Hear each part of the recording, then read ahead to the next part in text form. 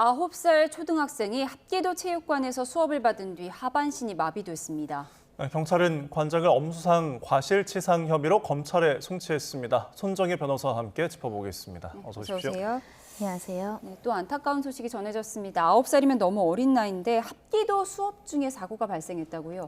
그렇습니다. 여기는 여러 가지 이제 체조라든가 여러 가지 훈련을 통해서 합기도도 가르치는 도장으로 알려지고 있고요.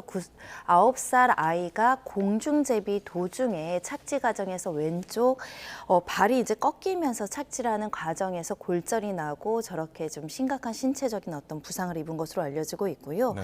이 CCTV 화면을 통해서 확인하면 저렇게 공중제비를 하면서 배를 들어 올리면서 이렇게 이제 공중제비를 하다가 착지 과정에서 저렇게 아파하는 모습을 볼 수 있는 것인데 예. 문제는 즉각적인 어떤 치료가 이루어지지 않고 조금 아파하는 모습을 지금 보이고 있는 상황이죠. 그렇습니다.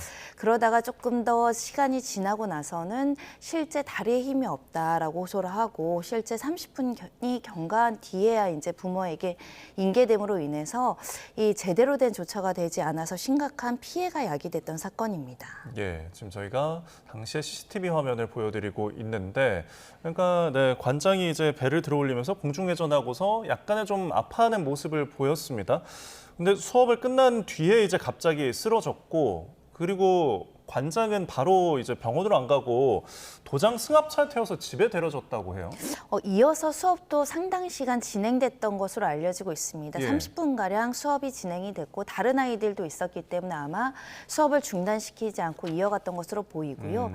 현장에서 아이가 어떻게 피해라든가 아픔을 호소했는지도 좀 사건을 들여다봐야 될 것으로 보이는데 일단 학부모 주장은 그 당시에 발가락을 움직이기 어려울 정도로 힘이 안 들어가고 신체 이상을 호소했다. 예. 그럼에도 즉각적인 의료적인 조치가 없었고 그로 말미암아서 허리신경이 손상되는 하반신 마비 판정까지 받았다.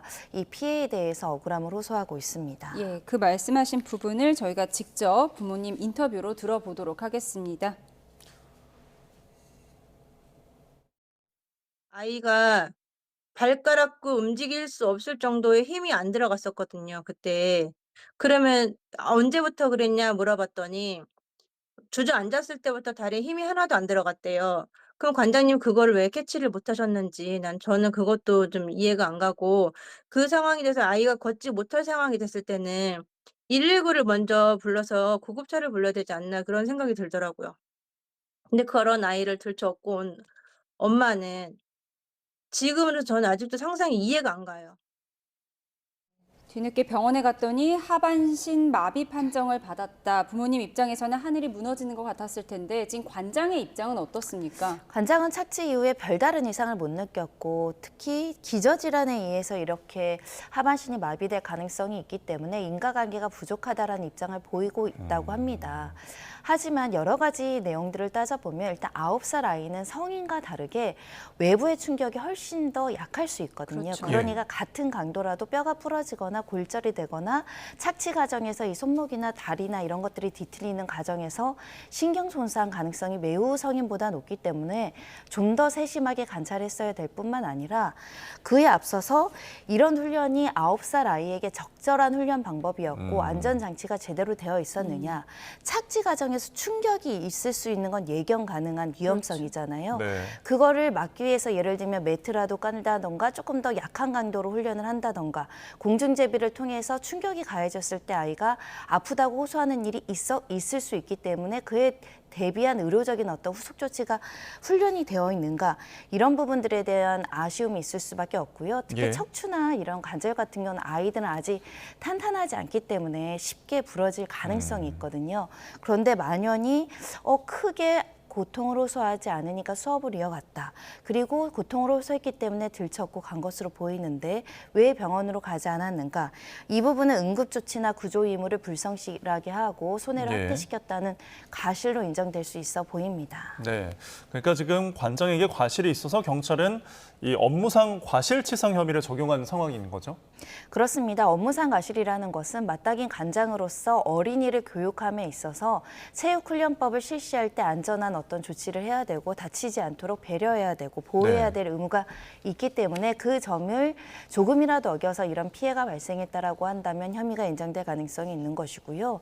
이게 정상적인 방법으로 훈련을 했고 착취 과정에서 어떠한 잘못이 있어서 잘못 착취했다고 하더라도 이 관장으로서는 보호 배려 의무가 존재하기 때문에 충실히 이행을 해야 되고 특히 문제가 되는 것은 구호 조치가 늦었다는 점입니다. 예. 아이가 아픔으로 호소했다라고 한다면 즉각적으로 수업을 중단하고 119를 부르거나 즉각적으로 응급실을 갔다라고 한다면 피해가 줄어들 가능성이 있었기 때문에 이 손해 발생과 이 행위 사이에 인과관계가 있다고 한다면 업무상 과실치상도 유죄로 나올 가능성이 있고 또 민사적으로 봤을 때는 손해배상 청구도 가능한 사안입니다. 네. 9살 아이가 합기도 수업 이후에 하반신 마비가 된 사건, 관장에 대한 수사 상황도 지켜봐야겠습니다. 네, 다음 주제 살펴보겠습니다. 우리나라 대표 관광지인 제주도에서 마약 비상에 걸렸다고 합니다. 뭐 어떤 일인가요? 네, 최근 한 달 새 이렇게 마약류가 발견되는 이례적이고 좀 염려되는 상황이 발생한다라고 하는데요. 해변가 곳곳에서 지금 발견되고 있다라고 하고 예를 들면 관광지로 유명한 우도 등지에서도 발견되고 있다라고 하는데요. 이 마약이 굉장히 그 양이나 이런 것들이 많다라고 합니다. 현재까지 28kg이 확인됐고 다수 발견됐다라는 측면에서는 조직적인 마약 범죄자들이 이것을 유통하는 과정인지 또는 유통하다가 소실된 게 지금 제주도 해안변까지 온 것인지는 좀 더 확인해 봐야 되지만 일반 사람들이 저걸 봤을 때 지금 중국산 우롱차 같은 그냥 표식도 보면 그냥 있고요. 차 같아요. 예, 벽돌 모양이고 그냥 쓰레기인가 보다 할 수도 있고 쓰레기가 아니면 이게 무엇인가 하고 호기심이 또 열어보거나 이것을 소지할 가능성도 있기 때문에 지금 경각심을 가지고 이 뉴스들을 잘 보셔야 될 것 같고요.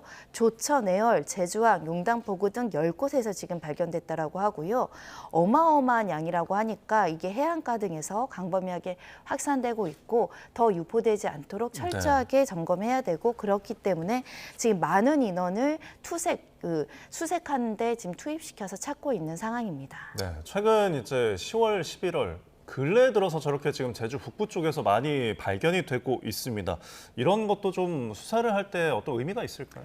일단은 북부 쪽이 해안 쓰레기, 그러니까 조류나 해류를 타고 쓰레기가 많이 유입되기 때문에 이렇게 온 것일 수도 있고요. 누군가는 또 해류를 이용을 해서 이동하는 수법을 썼을 수 있기 때문에 예. 이 유통 경로를 빨리 추적해서 찾아내는 것이 굉장히 중요하지 않을까 생각을 하는데 유입 경로라든가 마약 조직 연루 가능성에 대해서 수사를 했지만 현재로서는 실마리를 찾지 못하고 있는 상황이라고 합니다. 예. 800명이 동원돼서 지금 대대적으로 수색해서 거의 뭐 28kg이라는 것은요. 시가만 해도 굉장히 비쌀 뿐만 아니라 우리나라에 유입됐다라고 한다면 엄청난 마약 조직이나 마약 수익이 있을 수 있는 양이기 때문에 예. 하루빨리 하나라도 더 찾아야 되고 유입 경로를 찾아야 될 것 같습니다. 저희가 앞서 지도도 보여드렸는데 이제 제주도 북부 부근 우리가 많이 놀러 가는 지역이거든요. 이런 곳에서 지금 마약이 이렇게 다량 발견된 건데 말씀하신 것처럼 최근 한 달 동안 발견된 마약이 28에서 30kg 정도라고 합니다.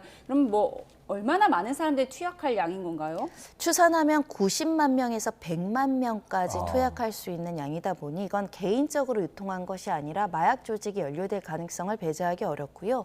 또 무단히 이것을 주었다가 내다 팔았다가 또 2차 범죄가 발생을 하고 이 범죄 때문에 또 마약 조직에게 피해를 입는 국민이 있을 가능성도 있기 때문에 네. 지금 800명까지 동원해서 수색을 하고 있는 상황이고 도대체 어느 나라에서 또는 어느 선박, 어느 지점에서 뿌려졌기 때문에 여기까지 왔는지 확인해 봐야 될 것 같습니다. 네, 저희가 지금 제주도에서 집중적으로 발견된 것에 대해서 이야기를 하지만 경북 포항이나 일본 대마도 해안가에서도 발견이 된다고요? 그렇습니다. 이게 우리나라의 곳곳에 발견된 것뿐만 아니라 외국 그 해안가에서도 발견됐다라는 측면에서는 대규모로 마약을 유통하는 사람들이 과실로 이렇게 뿌려졌는지 의도적으로 뿌려졌는지는 알 수 없지만 네. 대규모 마약까지 유통되고 있고 특히 이 마약 같은 경우는 케타민이라고 알려지고 있고요.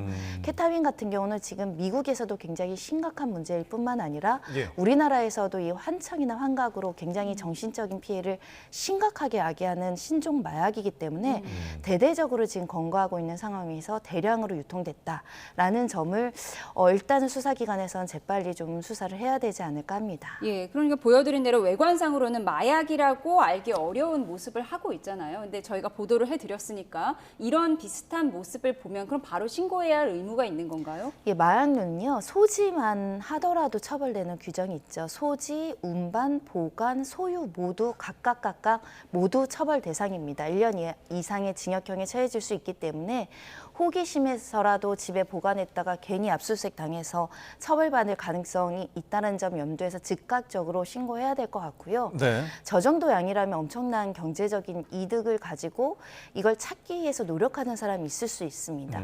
그 모든 행위가 불법 행위, 범죄로 처벌받을 수 있습니다. 네. 어느 정도의 좀 처벌을 받을 수 있을까요? 좀 경각심을 가져야 될 것 같은데요. 마약류 같은 경우는 소지, 보관, 소유 모두 1년 이상의 유기징역형에 처해지도록 되어 있고요. 만약 이것을 집중적으로 수출입했다라고 한다면 무기징역형까지 가능한 정도로 굉장히 중대한 범죄입니다. 더군다나 90만 명, 100만 명이 투약할 약을 국내로 유입하려는 세력에 의해서 이렇게 제주도 해안가에 들어왔다고 한다면 예. 사실은 중형을 피하기 어려운 범죄이고요. 그렇기 때문에 유통 경로를 차단하는 것도 수사기관의 어떤 예방적 역할로서 해안을 통해서 유통하려는 세력이 있는지를 좀 찾아야 될 것 같습니다. 예, 알겠습니다. 저희 지금까지 손정혜 변호사와 함께 사건 사고 짚어봤습니다. 고맙습니다. 고맙습니다. 네.